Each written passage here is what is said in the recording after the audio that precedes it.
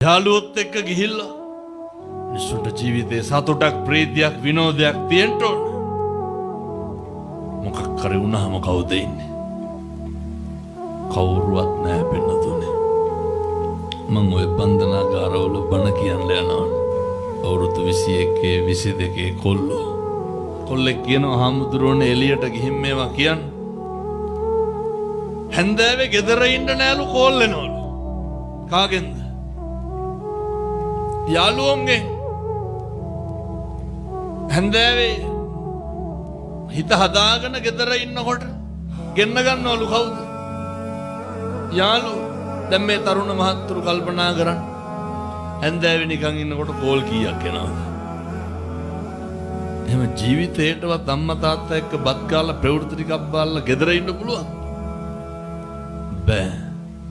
අන්තිමේ මොකක් කරුණාම අර කොල්ලා කියනවා අම්මා දවසක් ආවට පස්සේ ඇහුවලු නඩු වාරයට සල්ලි කොහෙන්ද කියලා. අම්මා කිව්වලු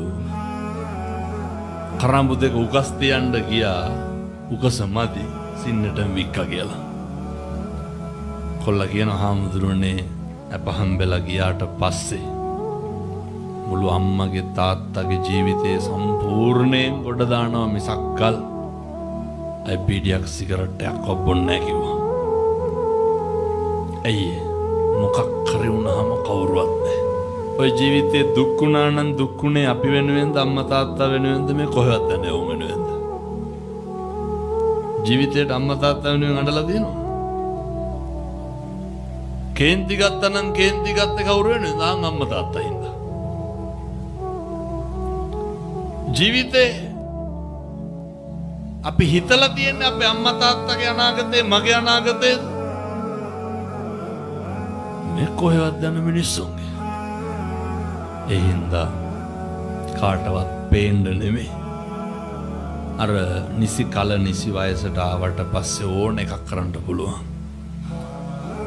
තරුණ කාලේ හොඳට මහන්සි වෙන්න, හොඳට හම්බ කරන්න ඔය අම්මගේ තාත්තගේ ව දිහානම් බලාගෙන ඉන්න එපා.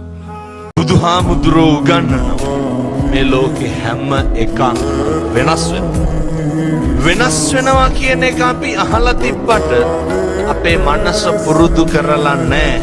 වෙනස් වෙන එක දරා ගන්න, මතක තියාගන්න. මේ ලෝකේ හැම එකක්ම වෙනස් වෙනවා කියලා දැනගෙන ජීවත් වෙන්න. දැනගෙන ජීවත් වෙන්න බැරි වුණාම තමයි අර ඇල්ලතුර එන කරාමකින් එකපාර වතුර ආපුවාම සේරම උණු වෙන්න. ඒ වාගේ සු වෙනස් වෙනවා. යස්සු හැමදාම දැන් අපේ අම්මලා තාත්තලා කල්පනා කරන්න අපේ දරුවෝ වෙනස් වුනේ නැද්ද? මේ ලෝකේ හැම එකක්ම වෙනස් වෙනවා. පරිණත වෙන්න මේක වෙනස් වෙනවා.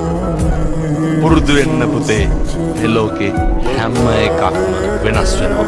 වෙනස් වෙන එක දරා ගන්න අකම්පිතව ජීවත් වෙන්න.